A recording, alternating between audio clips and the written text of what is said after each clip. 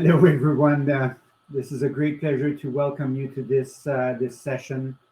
My name is Pascal Michel, and I will be moderating this session today. But before we start, I'd like to recognize that we're having this virtual session, and for myself, I'm in the National Capital Region of Ottawa, which is an unceded territory of the Algonquin Anishinaabe people, and I would truly like to recognize that in a spirit of reconciliations with our people. So first, many thanks. Many thanks to the panelists for accepting this invitation. We're quite grateful for the participation to this 2021 edition of the Canadian Science Policy Conference. So welcome on to this session. This session is entitled Learning from COVID-19 International Responses in order to build greater resiliency in Canada. And this will bring together six well-recognized experts and panelists from across the globe to explore the various measures that we have either worked to flatten the COVID-19 curve or become essential to consider for post-pandemic recovery. The panelists will discuss critical considerations from their own perspective on lessons learned so far from the pandemic and how can we best articulate a transition towards a more equitable, sustainable, and resilient future in countries such as Canada and others. So the panel will begin with a presentation from the US CDC with global perspective on the C-19 pandemic, followed with two presentations on successful mitigation strategies from South Korea and New Zealand, and a presentation on forecast model from the US NIH, and two presentations on bioinnovation and biomanufacturing in Canada. So the panel will conclude with a moderated Q&A session. So without any further delays, it is my honor and great pleasure to introduce you with the first speaker. So the first speaker to this panel is Dr. Sarah Bennett, Commander at the United States Public Health Service. Sarah is a medical officer and epidemiologist and lead of the COVID-19's COVID-19 Response International Task Force, responsible for supporting COVID-19 pandemic response activities in more than 60 countries. Dr. Bennett joined the US Public Health Service in 2010 after completing her residency training, medical doctorate, and master's in public health at Emory's University. Dr. Bennett, you have approximately 10 minutes for your presentation. First, welcome. It's a great pleasure to have you on board. And the virtual floor is yours. Over to you. Thank you. Thank you so much. You did a great job. I can go ahead and skip to the next slide. Good afternoon, everyone, and I really appreciate this opportunity to speak with you today about our experience working in the global space. I'm one of the co-leads of the International Task Force, and so I'll be speaking more about our international work than our domestic US work, but there will be some examples from the US experience as well. These are the concepts I will be covering, first sort of reminding us where we are in the pandemic, and then walking through some of the current thinking on ending the pandemic. Next slide, please.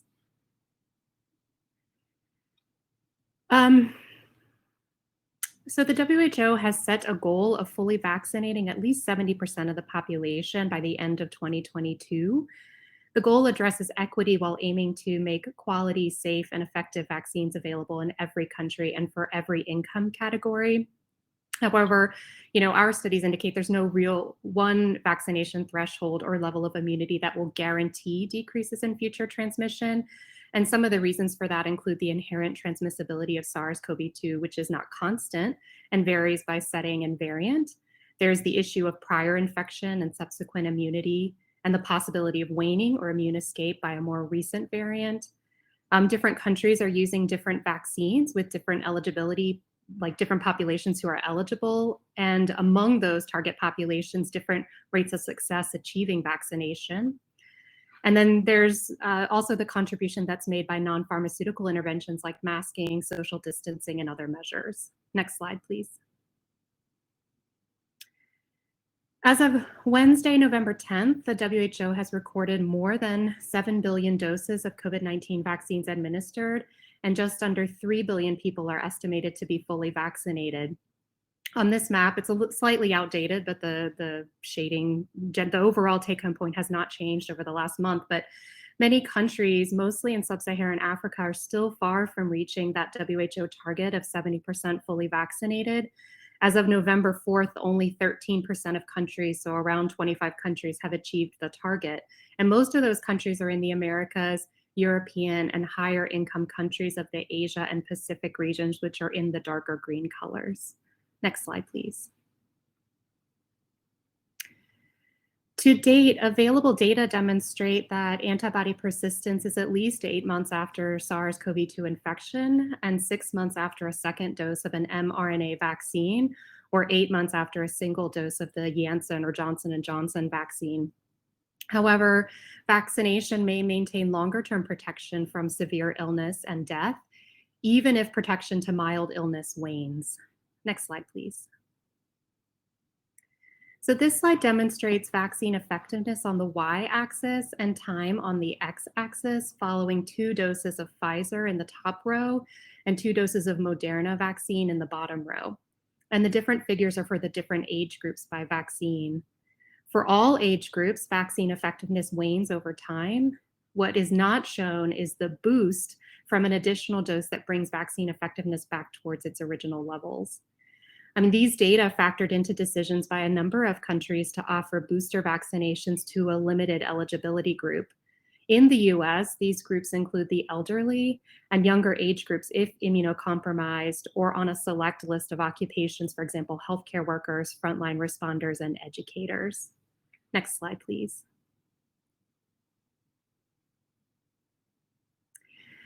I think one of the most challenging concepts for the public has been to communicate about the benefits of COVID-19 vaccination, that though there may still be infection and also transmission in a vaccinated individual, the risk of severe illness and death is reduced. And reducing severe illnesses and deaths is a priority for most countries in order to lessen the impact on healthcare systems that would otherwise divert resources to manage those COVID-19 cases.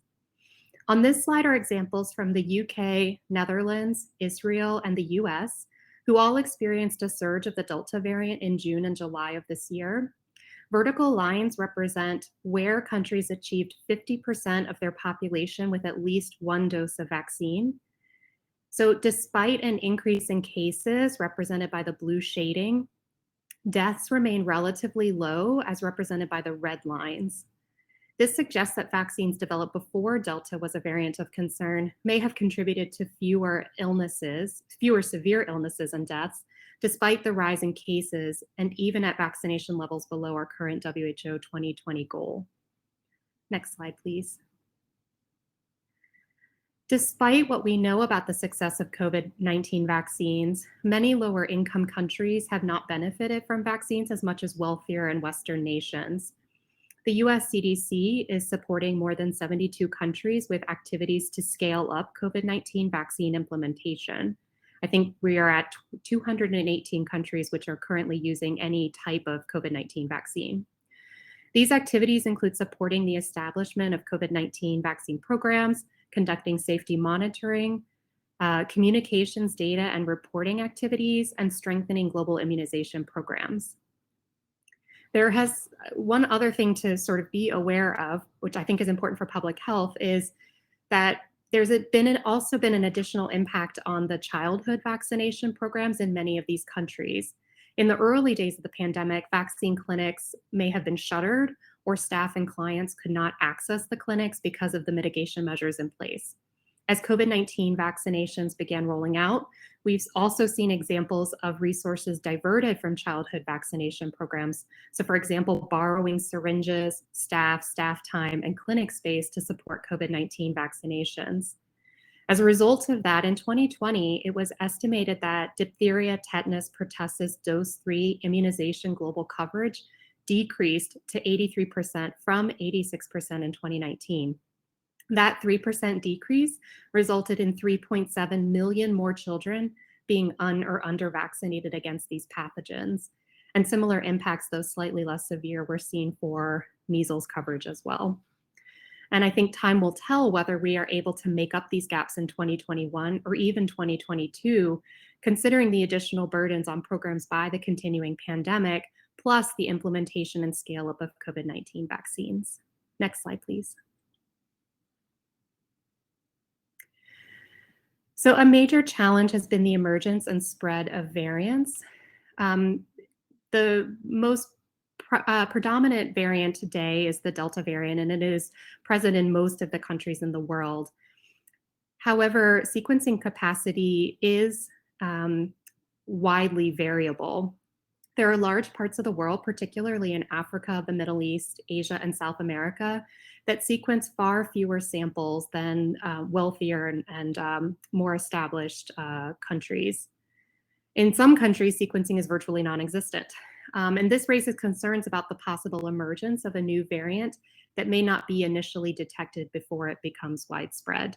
And I think the map on the right demonstrates the countries that have currently reported any case of Delta COVID-19, Delta variant COVID-19.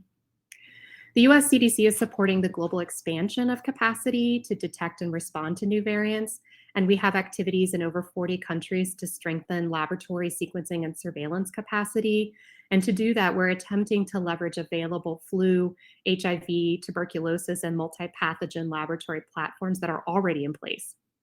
And we are providing guidance on field and laboratory-based studies to inform public health officials about the impact of these variants. Next slide, please. Variants may affect immunity and protection conferred by previous natural infection or vaccination, and also possibly reduces the effectiveness of available therapies like monoclonal antibodies. Because of these concerns, as the Delta variant became the predominant variant across the United States, the figure on the right shows in orange, the percentage of sequencing specimens that were Delta variant in the United States, and towards the right-hand side of that figure is the most recent week in this figure available, and it's nearly 100% represented by Delta variant. So as the Delta variant became the predominant variant across the United States, the US also strengthened mask and other mitigation measures while expanding access to COVID-19 vaccines. Next slide, please. There are a number of non-pharmaceutical interventions, or NPIs, that could be employed by countries to slow transmission. These include mask wearing, hand washing, physical distancing, closures, and quarantines, among others. And then prevention strategies like contact tracing, risk communication, and disease education, which have also been deployed. Our experience is that these measures should be tailored to both the country's transmission scenario and then specific community settings where transmission may be occurring. In addition, layering mitigation measures, especially in schools and congregate settings, has had more success than relying on any single measure alone. While vaccinations have been a major advancement in our fight against COVID-19, hopefully I've highlighted that there remains huge disparities with regards to access to quality, safe, and effective vaccines. Only 4.2% of people in low-income countries have received at least one dose of a vaccine. So we have a long way to go to reach the global vaccination targets. And in the meantime, we are still relying on these non-pharmaceutical interventions and other prevention strategies to limit transmission. Limiting transmission reduces the number of cases, reducing the number of cases. Hopefully, we reduce the number of severe illnesses and deaths, and that helps us protect our healthcare systems from being overwhelmed. Next slide, please. So I would like to thank the organizers of the panel and look forward to hearing about the experience from the remaining speakers. Thank you. Thank you so much, Dr. Bennett, for your presentation. So many good questions that we can engage later on after the presentations, and certainly a good reminder that we're not safe until we are all safe, and the global aspect of this response is absolutely so critical. So we'll reserve some of those comments for after, but thank you very much for setting the table on this important topic. Thank you. I would like now to introduce our second speaker of the panel. So we have 6 speakers today, and we'll engage in discussions right after. Our second speaker is Mrs. Eugene Jiang. Mrs. Jiang was appointed as Director for International Affairs at Korea Disease Control and Prevention Agency in 2020. She oversees this agency's international coordinations and partnerships with the overarching goal of achieving bilateral, regional, and global cooperation for effective preparations for and response to communicable and non-communicable disease. Since the COVID-19 outbreak, she has played an active role in carrying the lesson of Korea's COVID-19 preparedness and response experience with peer countries and international organizations. So it is a great pleasure and honor to have you on board of this session, Mrs. Jung. And please, the virtual floor is yours. You have approximately 10 minutes for your presentation. Thank you. Thank you, Dr. Pascal, for the nice introduction for me. And I am very happy to have an opportunity to share our experience of COVID-19 responses with many experts and participants in this conference. This presentation covers overview our response to MERS-CoV 2015 and the responses to COVID-19 from last year. Next slide, please.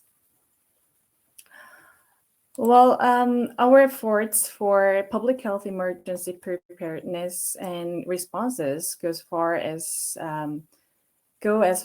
right after MERS-CoV outbreak in 2015.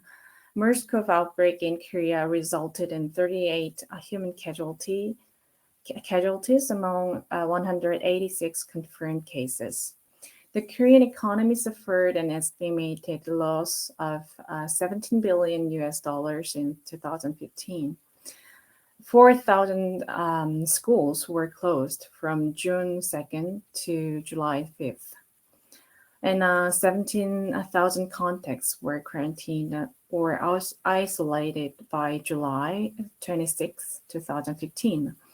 And during MERS-CoV outbreak in 2015, the WHO and RK Joint Mission on MERS outbreak provide some important recommendations, which were early identification and monitoring of all contacts, regular provision of information to the public, including transparent information sharing, and strengthening capacity of medical facilities, including training experts for infection prevention and control, as well as laboratory.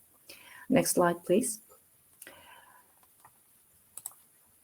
Based on the lesson learned from MERS-CoV, the Korean government began to reform its public health emergency preparedness and response system.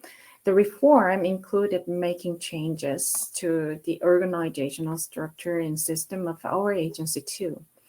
The Emergency Operations Center was established, which runs 24 hours a day and 7 days a week.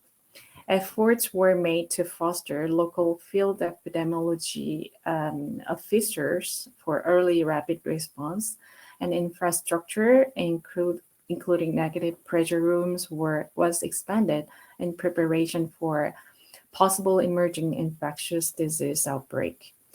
Other efforts, including developing a manual on how to respond to emerging infectious disease and strengthening on-site emergency response education exercises. These efforts did help Korea to know how to respond to the outbreak caused by infectious disease. Next slide, please. This slide shows the confirmed case trend in Korea. Our first COVID-19 case was reported on January 20th, 2020. Not longer after, we experienced a big outbreak in February and March, concentrated in a certain area called Daegu-gyeongbuk areas. After August 2020, most cluster outbreaks was centered in the Seoul metropolitan area, and now leading to nationwide sporadic cases and small clusters. From November 2020 to February 2021, the third outbreak generated 45,000 confirmed cases. And nowadays, we are in the fourth outbreak, which is longer and stronger. About 2,000 confirmed cases are daily reported. Next slide, please. In our main strategy called 3T strategies, which means testing, tracing, and treatment, what is the very first step to respond to the virus is to find it. The Korea set a test method January 2020 at the very early stage of the COVID-19 pandemic. At every stage of big outbreaks, the early detection of confirmed cases and prevention of additional spread is one of the basic, but at the same time, key element of the responses. To this end, around 630 clinics and testing centers are available to collect samples for COVID-19 PCR tests. Also, for early detection of asymptomatic infection, around 200 entering COVID-19 test stations are available in easily accessible locations such as city squares, base stations, and parks, etc. And drive-through and walk-through screening tests shown in the slide right of the side, which were the first introduced in Korea as part of the innovative approach during the COVID-19, also greatly reduced the time required for each sample collection and allowed more tests to be performed efficiently. Next slide, please. And this slide shows the lab capacity of Korea. And as you can see, now the 193 lab nationwide can conduct 500,000 tests per day.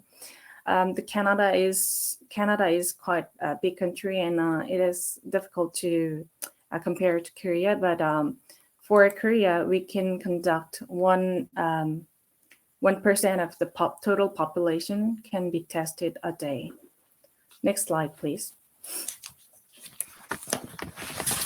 Our second strategy is tracing.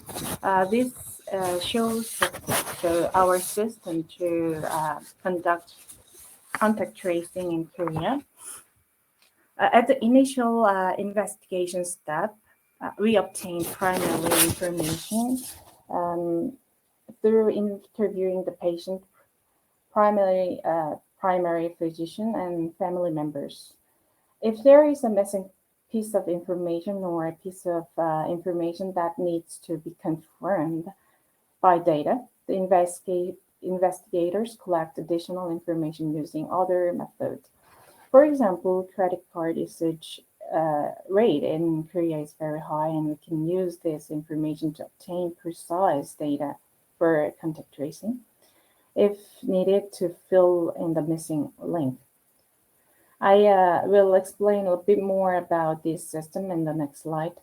And based on these informations, the officers can identify contacts and classify them as close or casual contacts. Close contacts are notified and instructed to self-quarantine. Next slide, please. Also, for this investigation, the epidemiological investigation is being conducted by a rapid response team at the local level for early and first-hand response. It is to analyze the source of infection and close contact and prevention chain of transmission. For clusters which are bigger or need to be more reviewed, epidemiological officers from KDCA respond also jointly with the local authorities. Next slide, please. This is the epidemiological survey supporting system for COVID-19, which is an online system that helps to quickly identify the movement path of confirmed COVID-19 cases, but functions such as transmission routes analysis and infection risk area analysis. In order to improve the accuracy of epidemiological investigation, contact tracing was conducted when necessary within the scope permitted by the Infectious Disease Control and Prevention Act. Well, we additionally we use personal health insurance data and KI Pass data, which is a QR-based login system when using, for example, public facilities. Also, through personal health insurance data, we can check how long confirmed case had sick days related to COVID-19 in the past, and figure out the transmission and a confirmed possible transmission period. Next slide, please. Well, this illustrates our strategy of treatment, not testing. I'm sorry for the mistake at the head. In the very early stage of the outbreak, every COVID-19 patient was admitted to the negative pressure unit. However, with the rapid rise in the number of patients as well as in the number of severe cases and deaths, we realized that the need to find ways to secure access to medical resources for more severe cases. So we classified confirmed cases into 4 categories: mild, moderate, and severe critical. So patients in each categories are admitted to facilities appropriate for the level of treatment needed and treatment and care they need. This helps us to sustain our healthcare system in the situation we have more than 2,000 confirmed cases daily. Next slide, please. Well, we can say that we are in the next phase of the COVID-19 pandemic response with vaccination and therapeutics. In Korea, as of yesterday, 81% of the population got at least one shot of COVID-19 vaccine, and 77% of the total population are fully vaccinated. Actually, we started our vaccination in January this year, and we have experienced the vaccine supply shortage until summer. So the vaccination rate is relatively rapid, I think. Next slide, please. This shows the effect of vaccination in Korea. Even though there are some breakthrough cases, the vaccination has proved its effects in certain way. The protection rate of vaccine is over 90%, especially for people over 60s, which we think as a population at a high risk. And we can see that the severe case proportion and fatality rate of the fully vaccinated is low compared to those of the unvaccinated. Next slide, please. Next slide, please. Well, the world has suffered from COVID-19 pandemic almost 2 years. It seems that we are in the next stage with vaccines and therapeutics, as I said. So our new challenge is how to deal with COVID-19 from now on. So how to go back to normal, maintaining our response and resources to COVID-19. This is new work to do. Next slide, please. Well, to prepare this stage, Korea is trying to vaccinate more people. We started vaccination for minor and pregnant women, as the US and other countries do. Also, for the population at high risk, as Zara said at the previous presentation, um, including the immunocompromised patient and elderlies and acute leukemia patients and workers at healthcare facilities, we are offering the booster shot. From 1st November, we launched a step-by-step recovery plan, and we reintroduced COVID Pass, which will be given to fully vaccinated and those recovered after confirmation in order for them to easily access the public facilities. We are easing social distancing restriction. For example, the entering the public facilities and social gatherings. And pass holders more easily are accessible to these social activities. We can see that many countries which has chosen to ease social mitigation measures suffered a surge of confirmed cases, even though they have a high vaccination rate. So Korea is trying to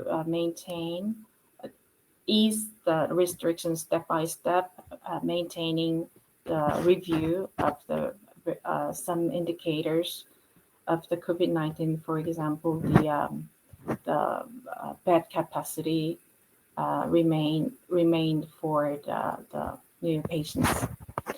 Well, I presented Korea's many strategies to respond COVID-19 so far, but there are the most important thing for us, I think.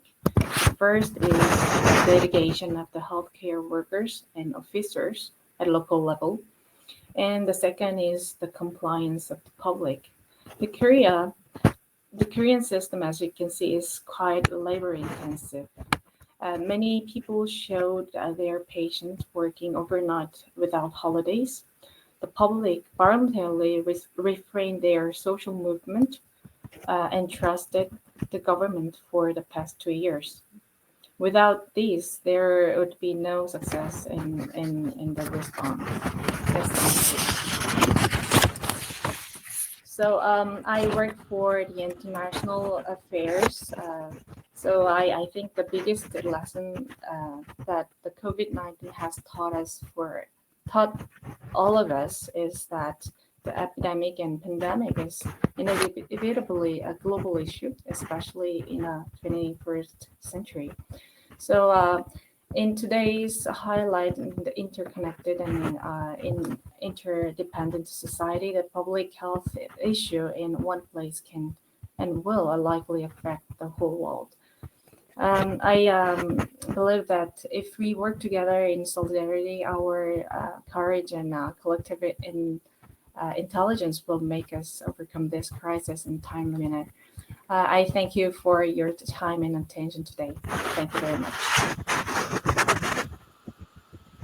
Thank you so much, Mrs. Young, for this very good presentation. Of course, we're very attentive to the success and challenges that is happening in various countries in order to make the best in what comes next for us.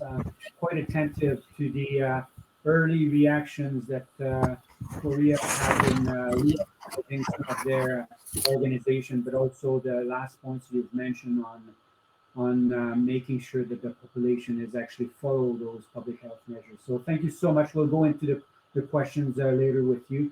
And it's a good segue once you've mentioned some of the policy target that you have with our next presenters. So without any further ado, I'd like to introduce you to our next speaker. Our next speaker is Professor Baker. Professor Michael Baker is from the Department of Public Health University of Otago in Wellington, New Zealand. He is passionate about opportunities to organize society in ways to promote health, equity, and sustainability. His work during the 2021 has been dominated by assisting the COVID-19 pandemic response. Professor Baker is a member of the New Zealand Ministry of Health's COVID-19 Technical Advisory Group, like we have in many countries, and has been a leading architect and advocate of the COVID-19 elimination strategy. So with this, Professor Baker, you have about 8 to 9 minutes for your presentation, and then we can engage into further discussions. The floor is yours. Thank you. Thanks. Well, kia ora from New Zealand, and thanks, Pascal, for the nice introduction. So as you can see from my title, I'm going to be focusing on the New Zealand elimination strategy. Next slide, please. And so today I want to very quickly go through the choices of strategies, what we call this first point when we selected elimination, our experience of elimination, then a change to a suppression approach, and what the choices are, I think, in the medium to longer term, and I think some of these critical needs for leadership and health equity. Thanks. Next slide.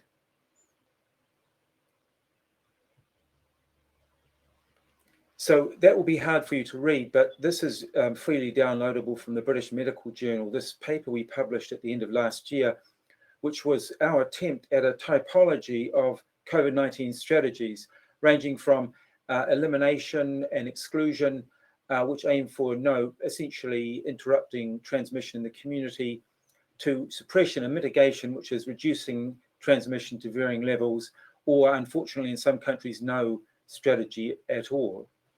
Thanks. So we had this moment, I think, all around the world. Everyone was looking at the evolving pandemic and trying to decide how to respond. Certainly it was going to be a global pandemic by the end of January.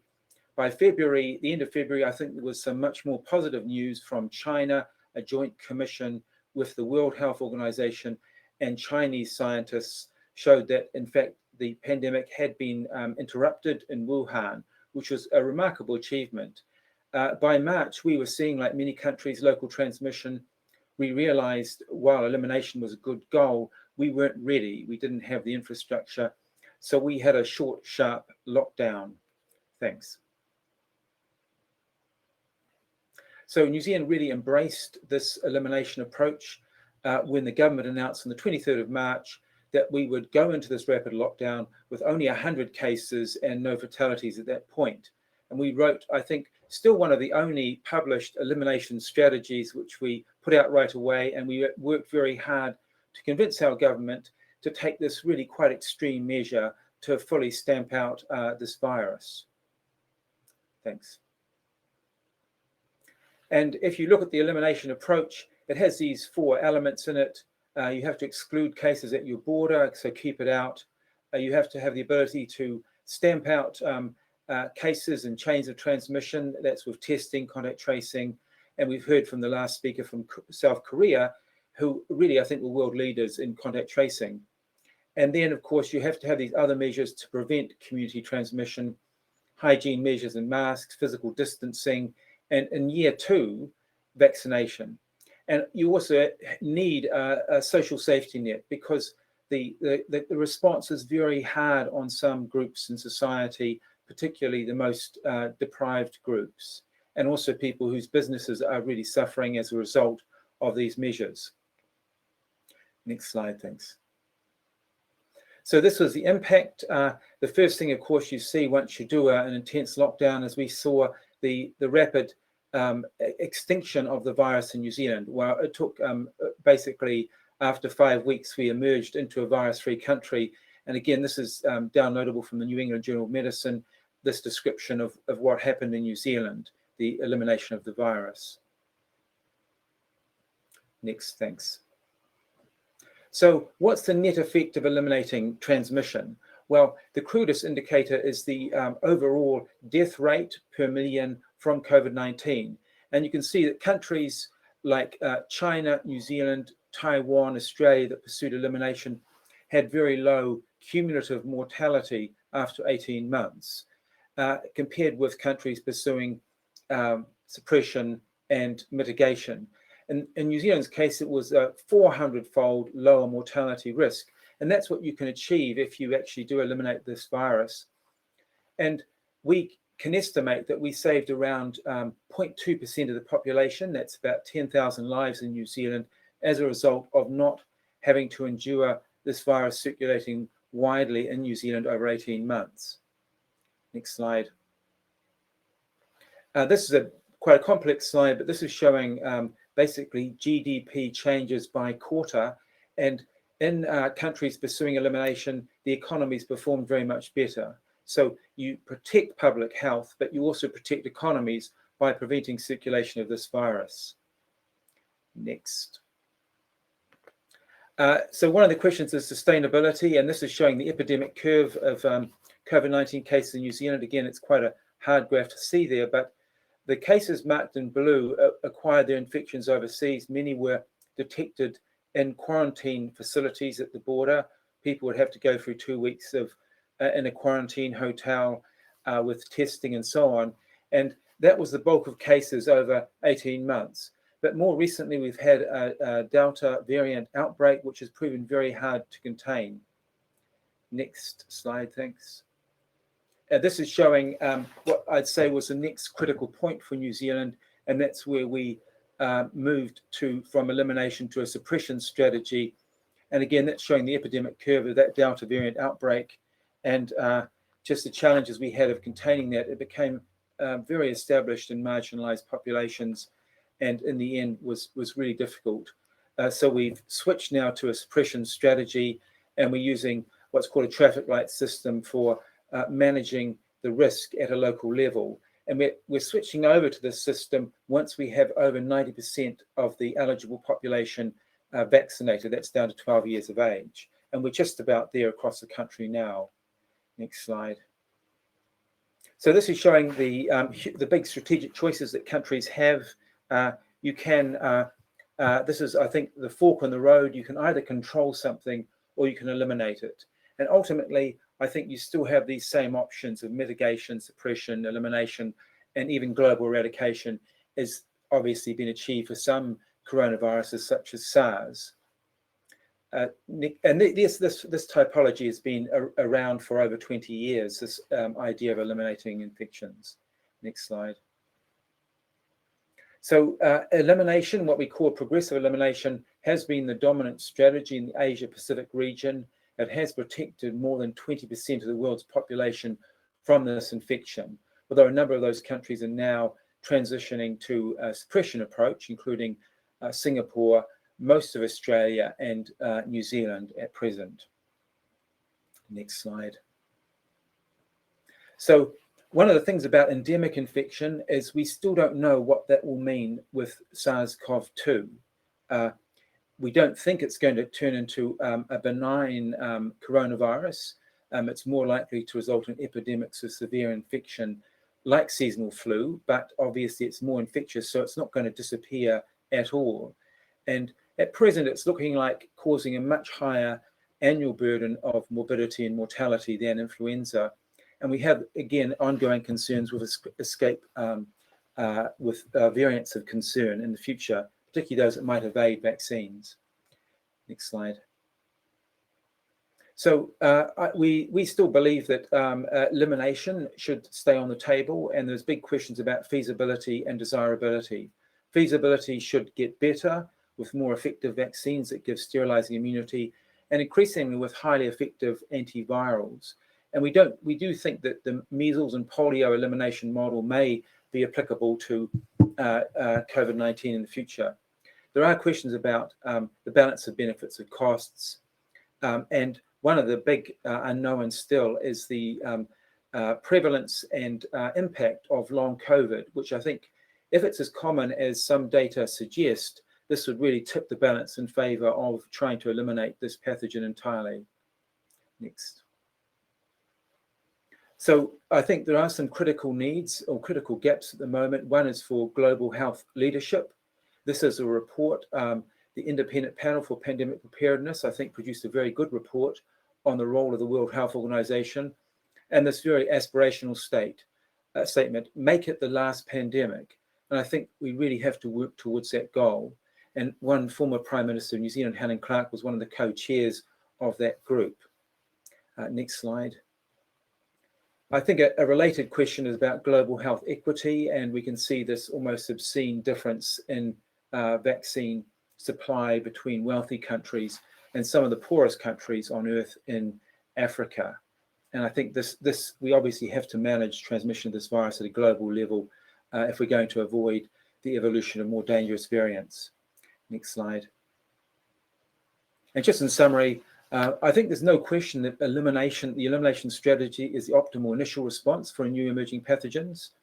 To make this more sustainable, we obviously need more effective vaccines and antivirals. Also, we need more information to evaluate the desirability of this approach, particularly in terms of chronic effects of this infection. And again, I think there's still a critical need for effective global health leadership. Thank you. Thank you so much, Professor Baker, for those remarks and the presentations. Very interesting to see the New Zealand experience there through the first and the second aspect as well with the data arrival for you. I think you're going to be asked to speak and comment a lot in the future on also the financial aspects of prevention. It is rare that we have data like it that speaks for itself in terms of what's the cost value of preventing and eliminating. And you've got something very much interesting there. So thank you so much, and we'll re-engage with you with the Q&A. So. Thanks. All right. Without any further ado, it is my then great honor and responsibility to introduce you to the next speaker. The next speaker, Dr. Cécile Vibou, is a senior research scientist at the Division of International Epidemiology and Population Studies of the Fort-Garty International Center at the National Institute of Health, the NIH. Her research focuses on the epidemiology and transmission dynamics of acute viral infections at the interface of public health and computational modeling. Her work has concentrated on modeling the epidemiology, excess mortality, excuse me, and transmission dynamics of respiratory viruses, including seasonal and pandemic influenza and COVID-19. So Dr. Vibou, the floor is yours, and please contain yourself in within 8 to 10 minutes for your presentation, and the floor is yours. Thank you. Okay, thank you very much for the invitation. So we are going to shift gears a little bit and talk about the modeling response to the pandemic. And there's been a lot of interest throughout COVID-19 on how models can help guide policy, in particular around interventions. I'm going to, at the US, at the NIH in the US, so this is going to be based on the US experience with modeling. And obviously, in contrast to the talks we've heard from South Korea and New Zealand, it's a country where there's been relatively high transmission.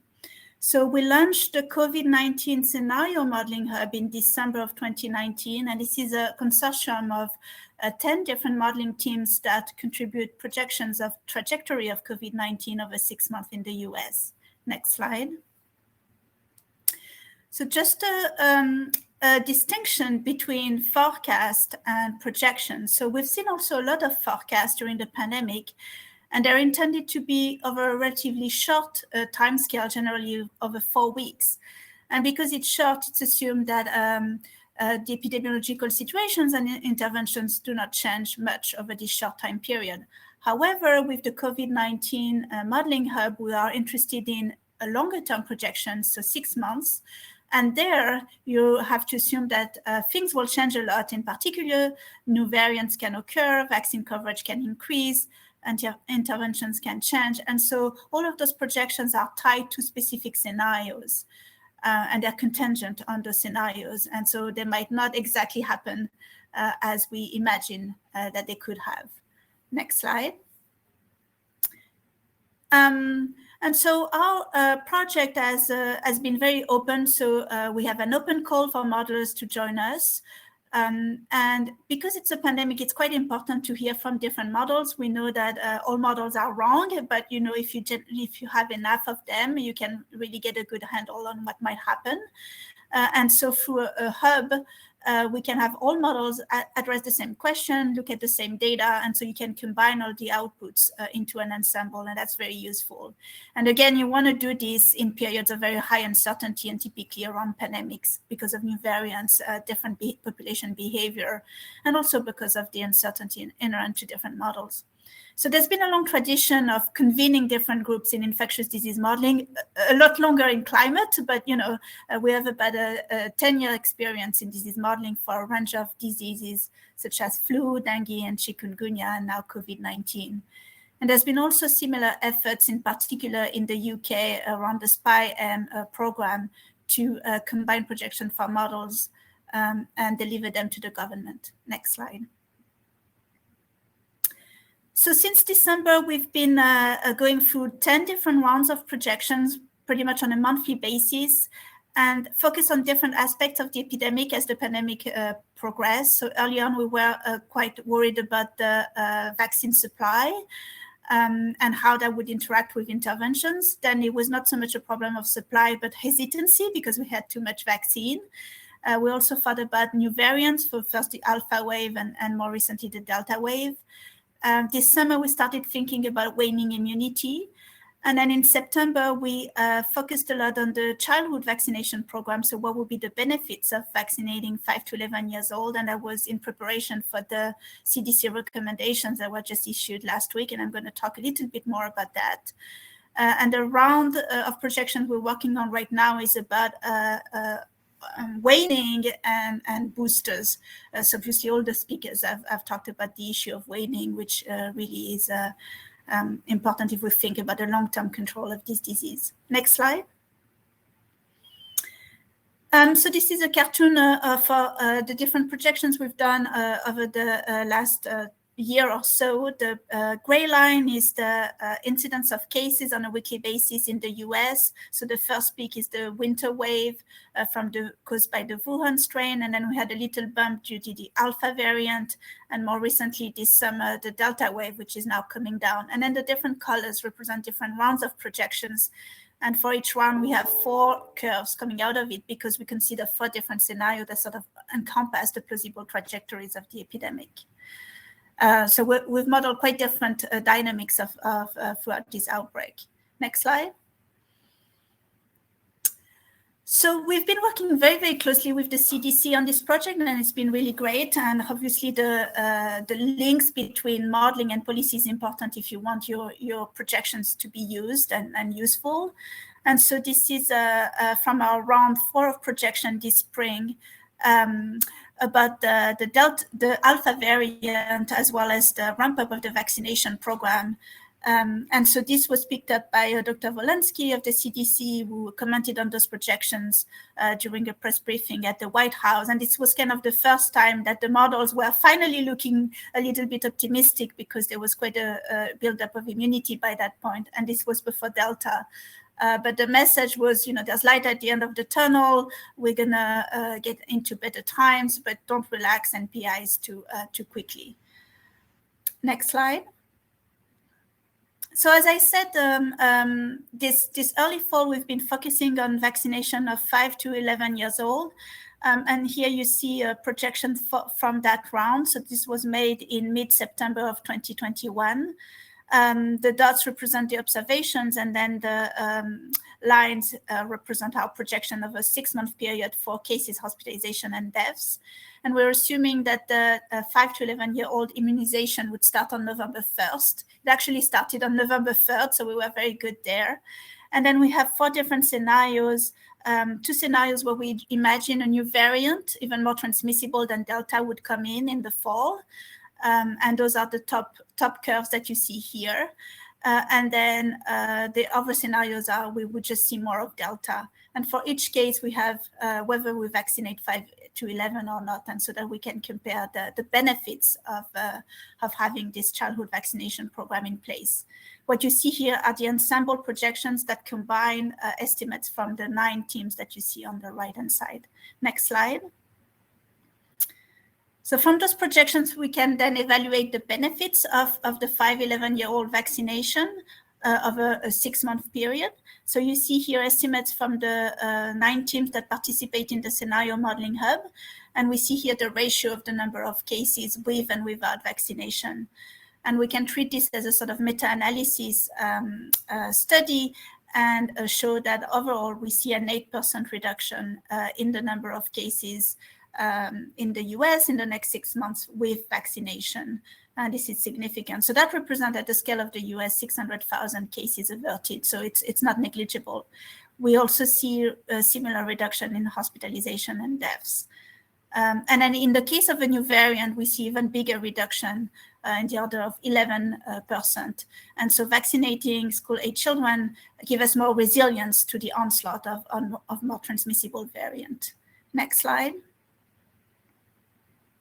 So through this last year of Scenario Modeling Hub, we've had, I think, an interesting impact. There's been high interest from public health stakeholders. I mean, close collaboration with the CDC, but also with the White House, with the Council of State and Territorial Epidemiologists in the US and with WHO. Also a lot of interest from the media in the US, also in Canada, actually.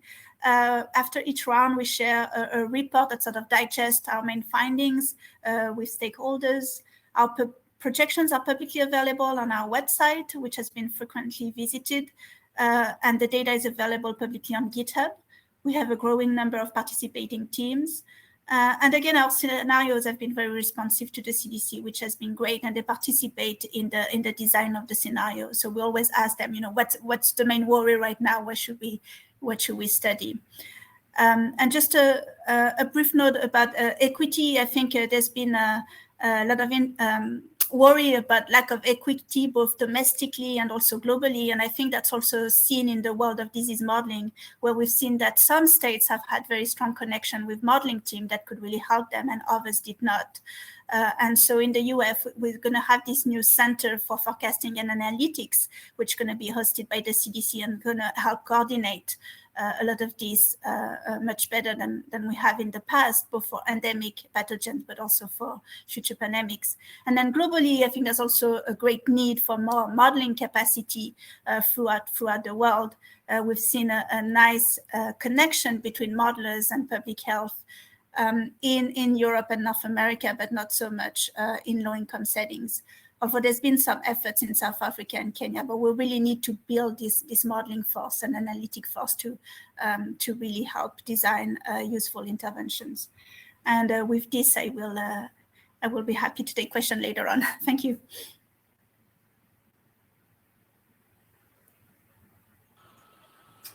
Merci beaucoup. Thank you so much, Dr. Vibou, on this great presentation. There's absolutely no doubt that modeling is taking a very special place in the science advisory of many countries right now. And certainly the mobilization around this specialty has taken quite a bit special profile. And so we're going to discuss this a little later as well. So, all right, without any ado, we have 2 more presentations. The 2 next presentations are from Canada. It is my great pleasure to introduce you to Dr. John Bell.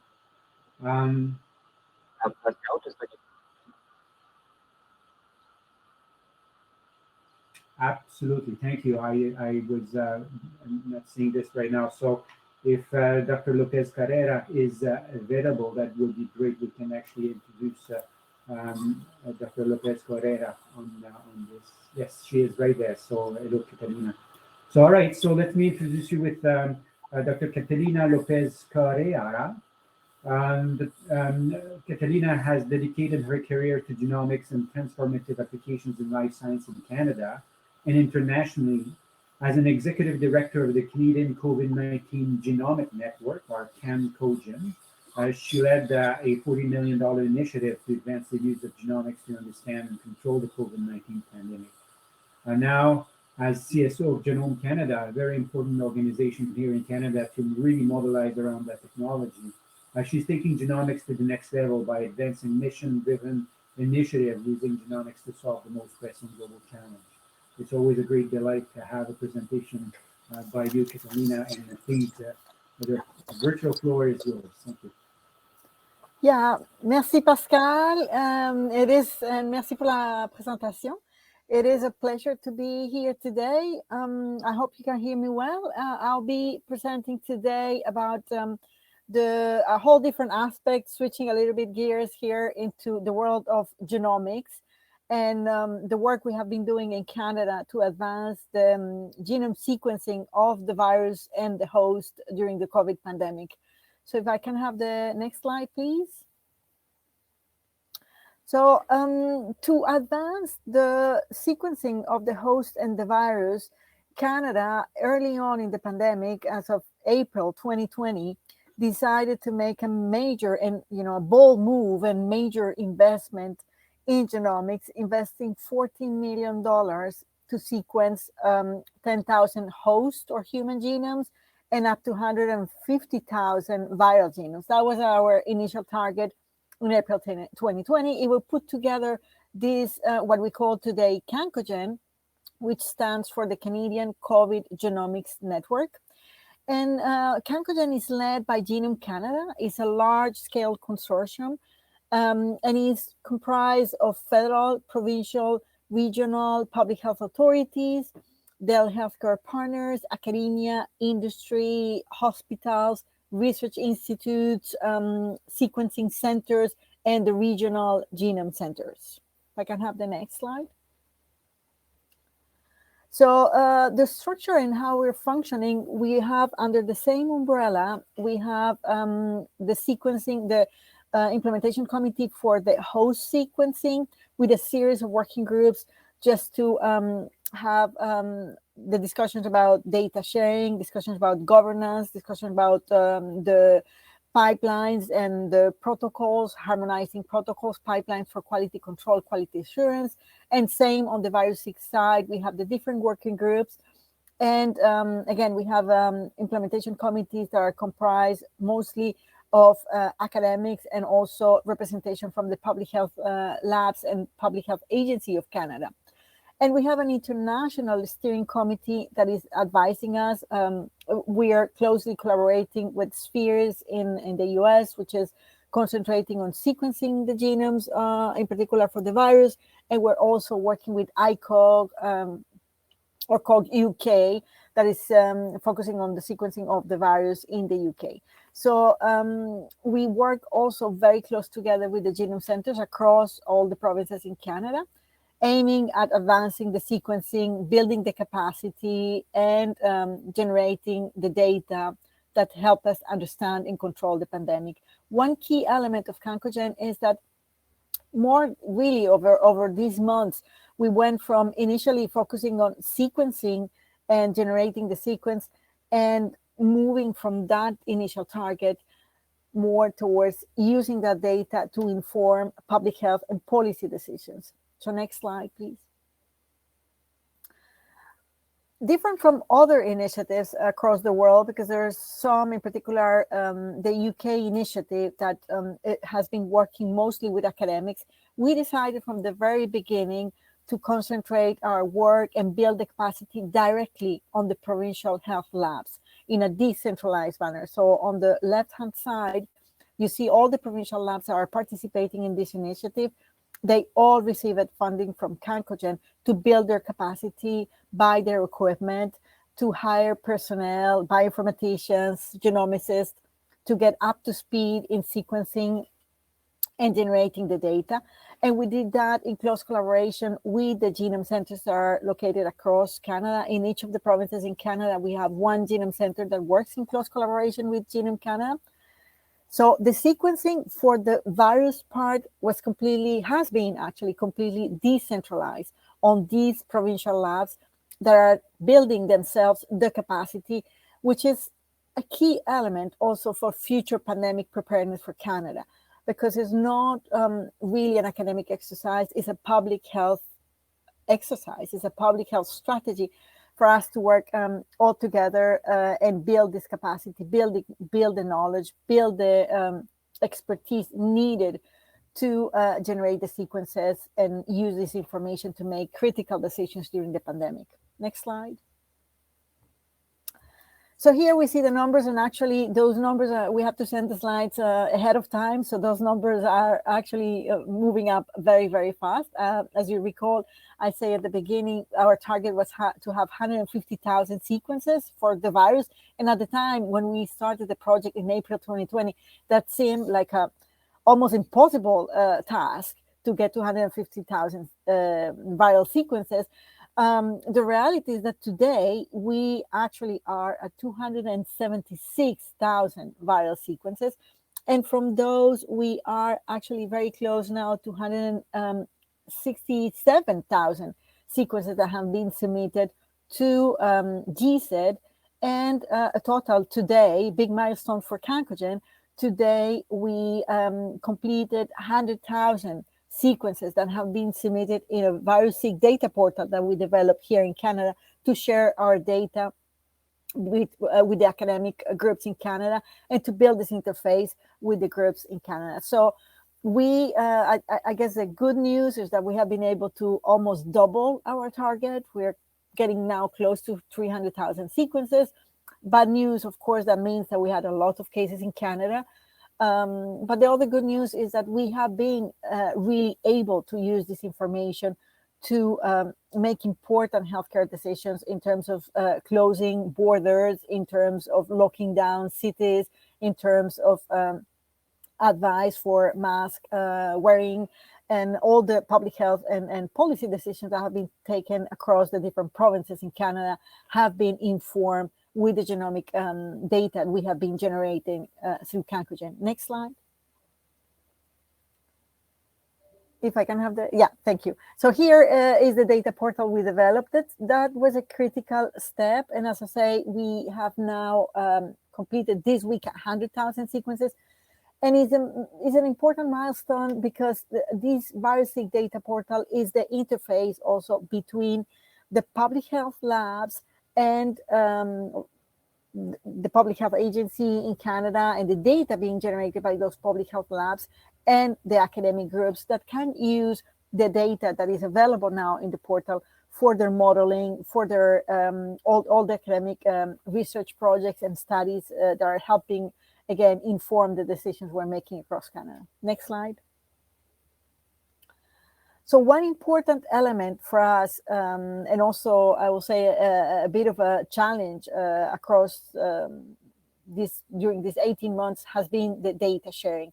That data sharing is at the core of what we wanted to do with Cancogen from the very beginning.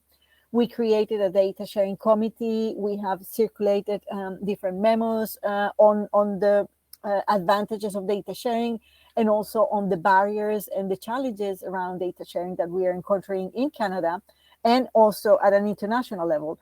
As we all know, this virus sees no borders, and the only way for us to understand how the virus is moving, how those variants are moving around, and where they're emerging and how they're being transmitted and distributed is through data sharing. So this development of the VirusSeq data portal has been a critical component for us in Canada to share the data with the academic community, of course, sharing the data through platforms like GSED. And now we are in the midst of developing a data sharing roadmap that we hope will also serve not just COVID-19, which has been critical, the component of data sharing for us in Canada, but also other infectious diseases, and hopefully not, but just get Canada ready for any future pandemics. Next slide, please. So on the human side, the sequencing is being done in a more centralized way. Of course, here we're talking about very large and complex genomes, not just a tiny 30,000 base pairs genome for the virus, but a complex human genomes. So for those, we have 3 sequencing centers as part of the sequencing genomics enterprise for Canada. And those 3 centers are in Toronto, in Montreal, and Vancouver. They are equipped with high throughput equipment and, of course, all the bioinformaticians and computing capacity to manage those genomes. Next slide.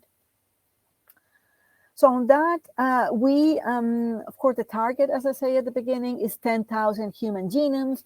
And the idea here is we are using the information to understand why some people will have more severe diseases, why some people that potentially should have a more severe disease that have plenty of comorbidities and maybe older individuals, why they maybe are resistant somewhat to develop a very severe diseases. And we're collecting then samples. We have collected already more than close to 7,000 samples, sequence. Now we're close to 5,000 samples that have been sequenced, and clinical information, detailed clinical information is collected also from all those individuals. Next slide. One important component also is that these data will be will be open to through a control access. It's not completely open access, but it's open for access and open for studies through a data access committee. Here, we just have a little bit the process. There's an application process. We have now 9 applications across Canada of groups that want to use that data. Next slide. And so with that, I think with both sides, one critical component for us during this pandemic on the human and on the viral side has been data sharing. And if I say for us, one big lesson from the COVID pandemic is that importance of advanced data sharing, not just in Canada, but at an international level. And I think that's, if I can get my last, I think that's my last slide. And with that, thank you. And I'll be happy to participate in the discussion and answer any questions. Thank you so much, Catalina.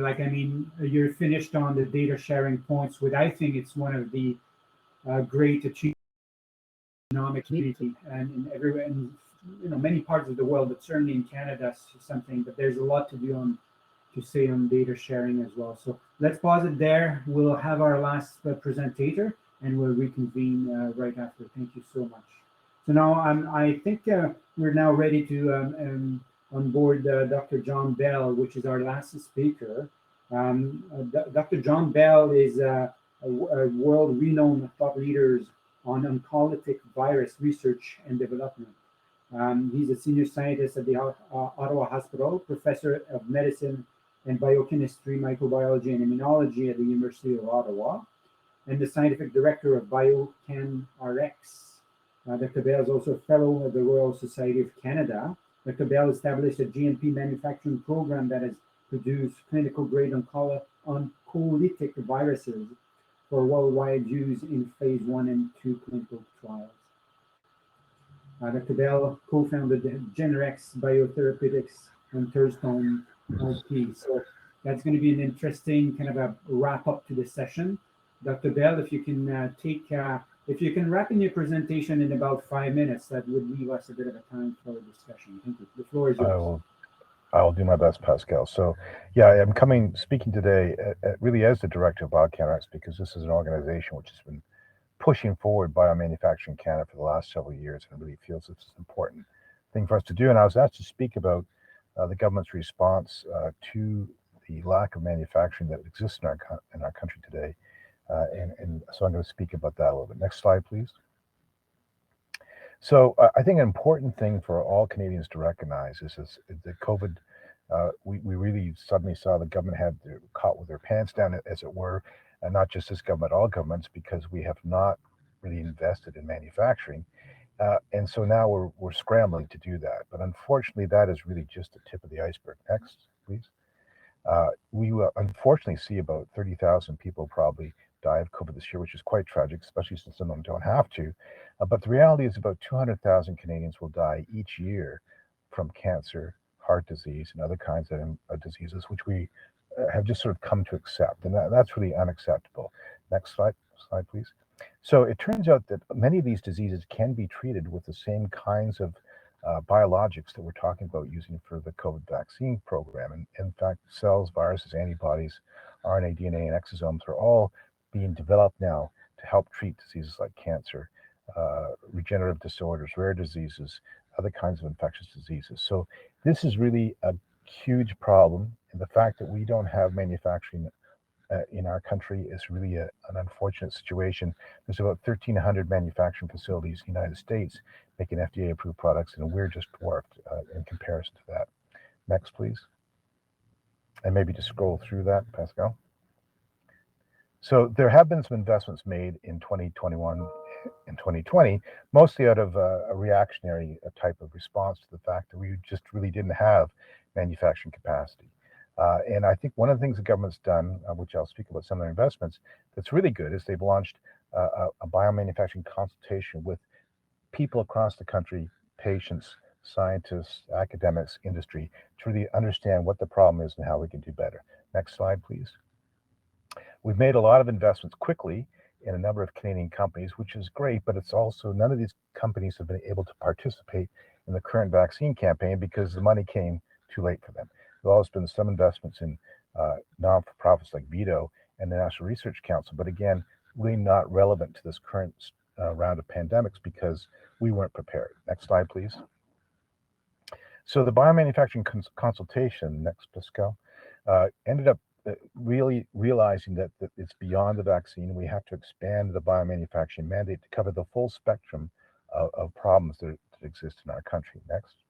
We need to build that flexibility to support really a diverse portfolio of technologies. So as I mentioned, impacts cancer, heart disease, many other things. We need to really make there more connectivity between various stakeholders across the country so we can actually function in a cohesive fashion. We need to ensure that we have sustainability of anything that we make. So, pandemic may happen again in 2 years or 50 years. We don't know. So we can't have these facilities sitting empty. We have to find a way to make them functional all times. We need to train a lot more people. The number of high qualified personnel who can actually address manufacturing is quite limited in Canada. And we have to work with the regulators and policymakers, which we're doing today, to help make sure this all goes forward in a very thoughtful fashion.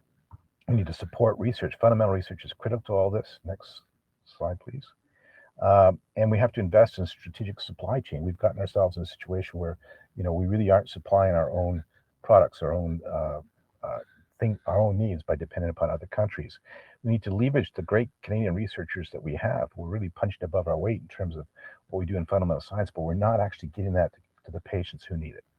And we want to be able to participate in this global problem. As we've heard from the other speakers, it's a shame that some countries have nothing. We could contribute to that if we had our own manufacturing infrastructure. Next slide, please. So the government has come up with a biomanufacturing strategy, and I won't go into that in great detail, but can I go to the next slide, please? I think what's important, what we need to recognize is there are some key elements to success in the Canadian landscape. We're a unique country, I think, and we work best if we network ourselves together. This is just an example of the BioCanRx network that we've created through the Networks of Centers of Excellence. We engage clinicians and scientists, but stakeholders like patients, industry, not-for-profits. We bring everybody together in one network functional team. This is what we need to have in Canada. And unfortunately, the NCE program has been canceled. We keep doing this to ourselves, reinventing the wheel. This is a great example of how you get things done. Next slide, please. One example would be my colleague, Rebecca Hours, pictured on here, is a cancer surgeon. She recognized that the vaccines were not going to be ready in time to help some of the people who had cancer and were very susceptible to COVID infection. So she tried to start a trial using a broad immune stimulator to help protect some of these patients. And when it came push to shove, when these not-for-profits, industry got together, we were rapidly get a phase 3 study up and started within 42 days, which is really unheard of.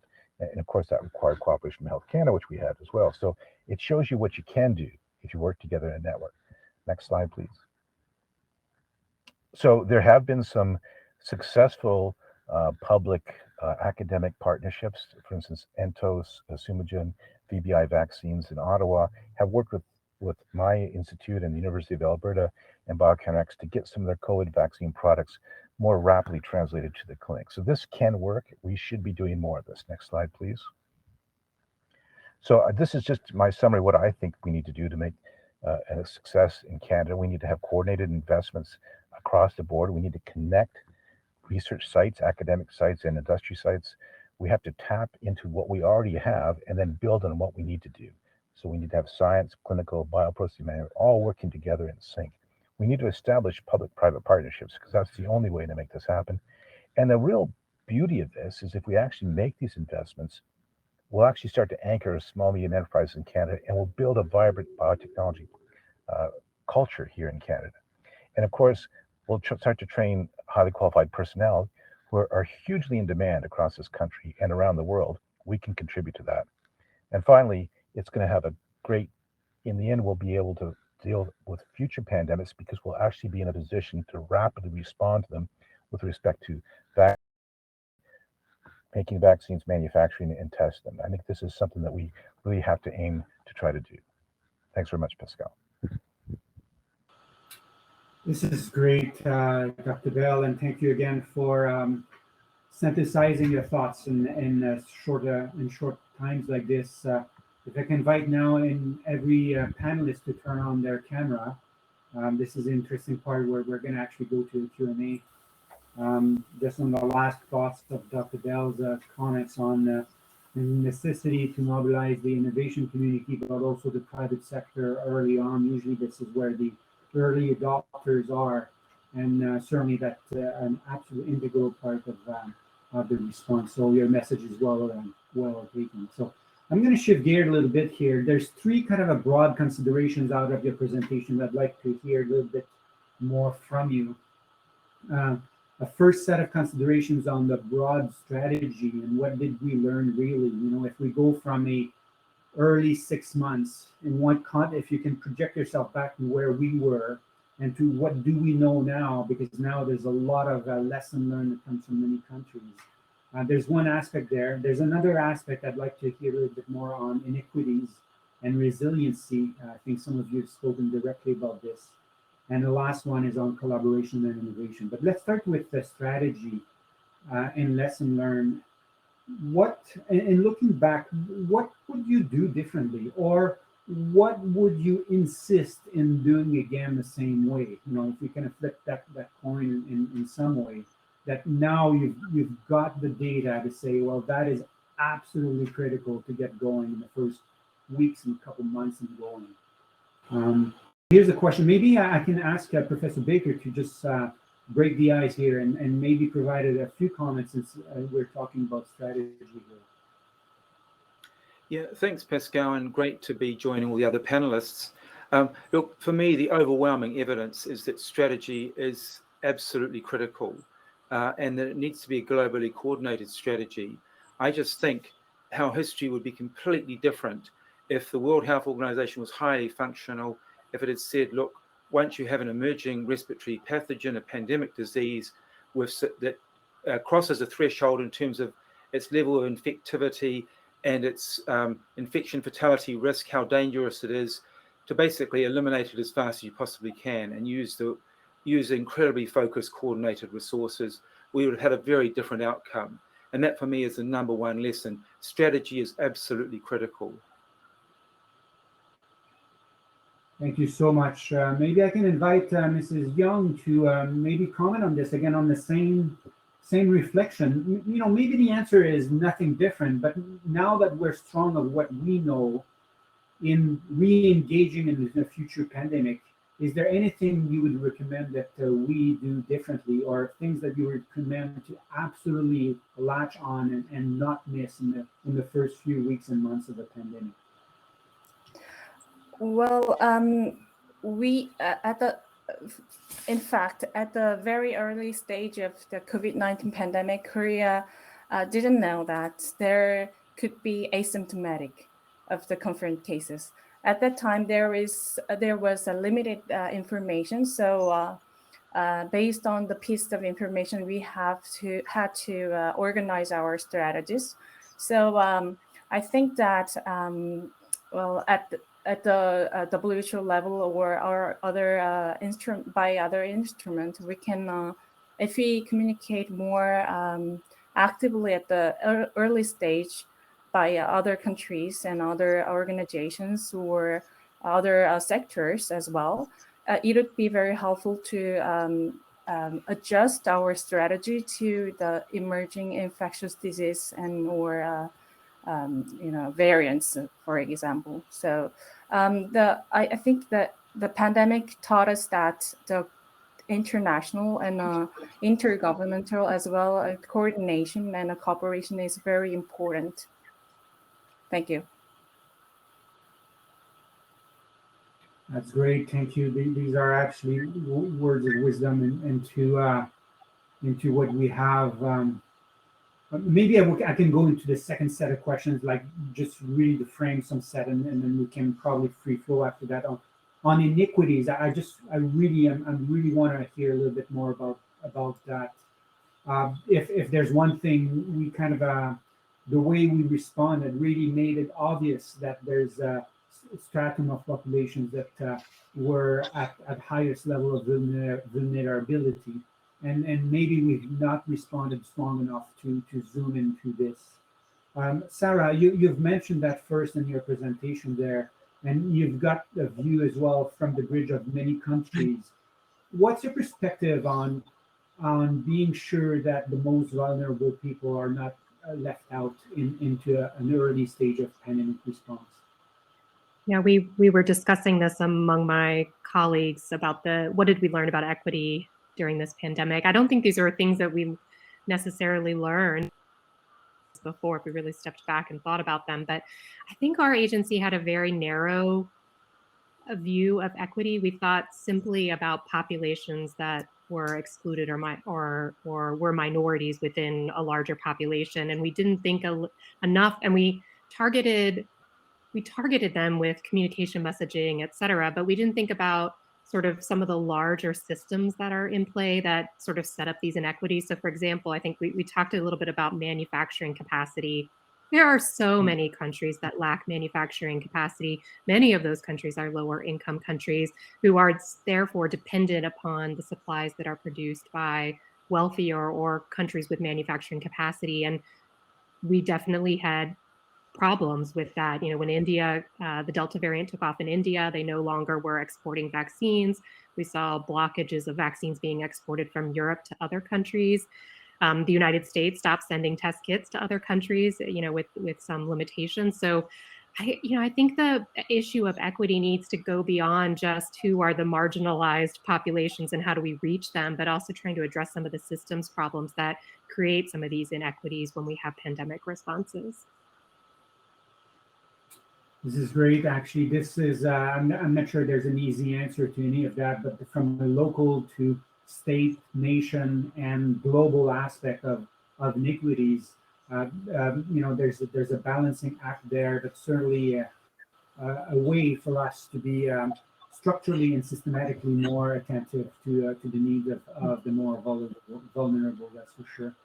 I'm not sure if Dr. Vibhu, you'd like to comment on this as well. You've mentioned this at the end of your presentation, the modeling projections, but also the zooming into projecting healthcare needs as well has to do with also containing some populations that may express the virus differently and things like that.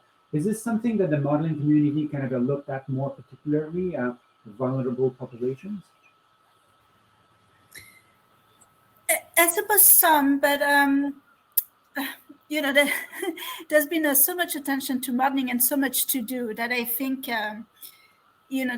there's been more efforts around just the overall trajectory of the epidemic, in a state, in a city, or in a country, rather than the fine details. There are some models, however, that consider disparities. And they're typically very detailed agent-based models, so they're also more computationally intensive, and they also require a lot more data. So usually those tend to come into play later in the pandemic, rather than very early one. But yeah, I mean, just vaccine coverage. I mean, what we've seen in the US, there's so much heterogeneity between states, and that really determines how you're going to respond to new variants. This is very predictable in a way. I think also on the disparity side, maybe the flip side, I think some of the low-income countries, in particular in Africa, have been very good at contact tracing, much better than we have been in high-income setting, because they've done that a lot for other disease. So that's sort of a flip side of the. I mean, of course, you do need tests, you do need vaccines, but there's also a lot of expertise there. Over. Great, thank you, Cecile. Thank you so much. I like your thoughts on disparities and the way to zoom onto this. Sarah was mentioning the biomanufacturing. I think there's a lead need to engage with John and maybe Catalina on the last kind of a set of thoughts there. I was compelled by early adopters, innovators, private sectors really early on. They're really early to react and stuff.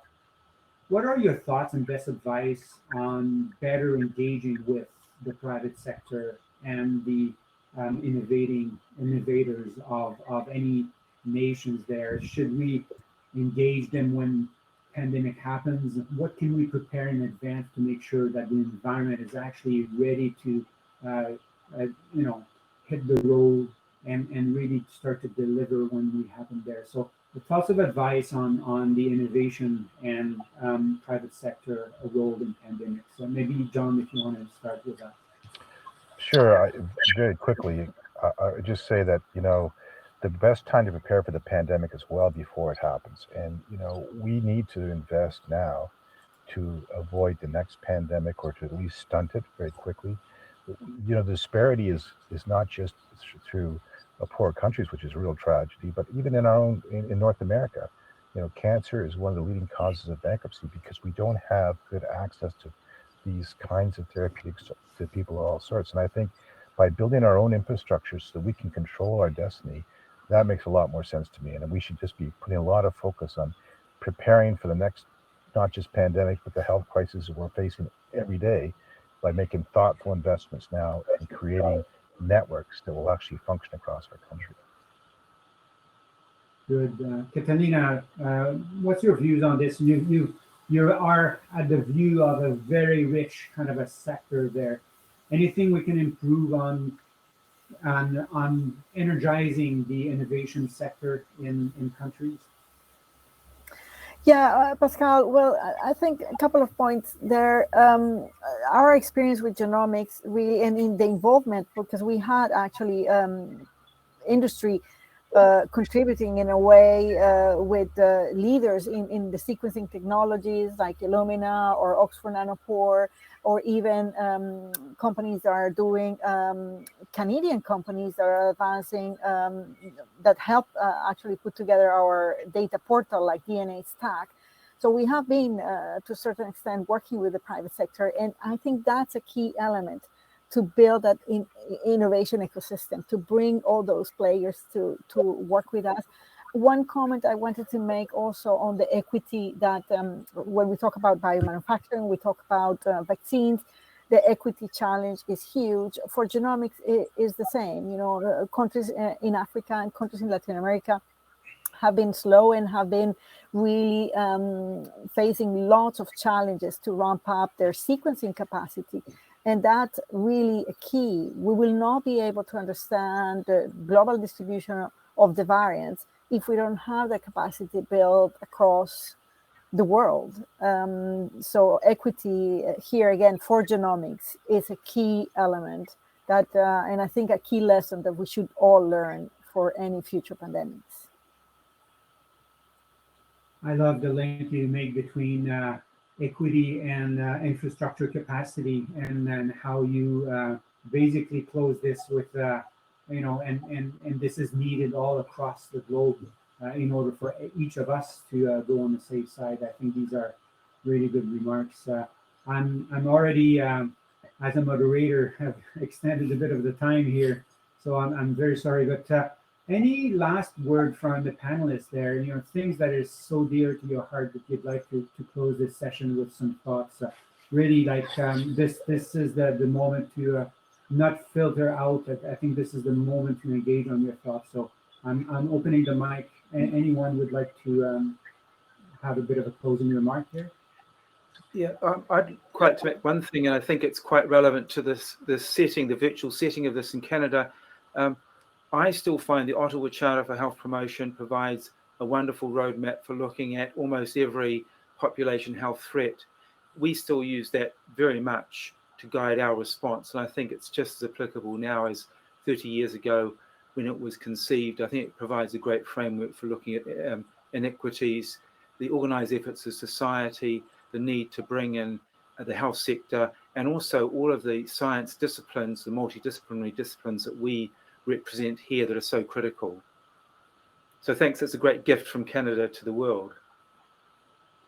Thank you, Michael, for mentioning this. It used to be framed on the executive committee wall, but that's absolutely a very good lens to look at determinants of health and others.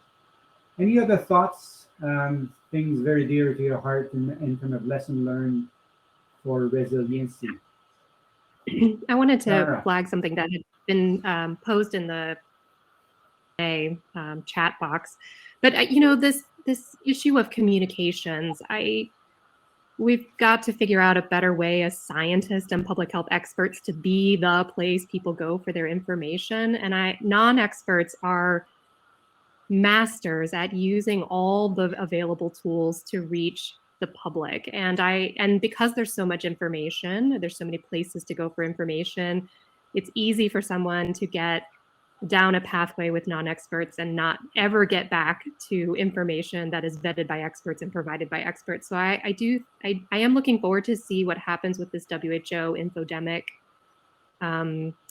approach, but I do think that as public health experts, we need to be a little bit smarter about the way we communicate. We just have to overcome these few non-experts that are out there, driving some of what the public really understands about the pandemic. This is a brilliant way to wrap up this session. Absolutely. We're not talking to each other. We're talking to people. We're talking people that needs very clear advice on what's going on. And the noise that we've seen in the messaging has created an issue in itself. And we ought to do better in the next time. That's absolutely good words, Sarah. So with this, we're already out of time, dear panelists. Distinguished colleagues and experts.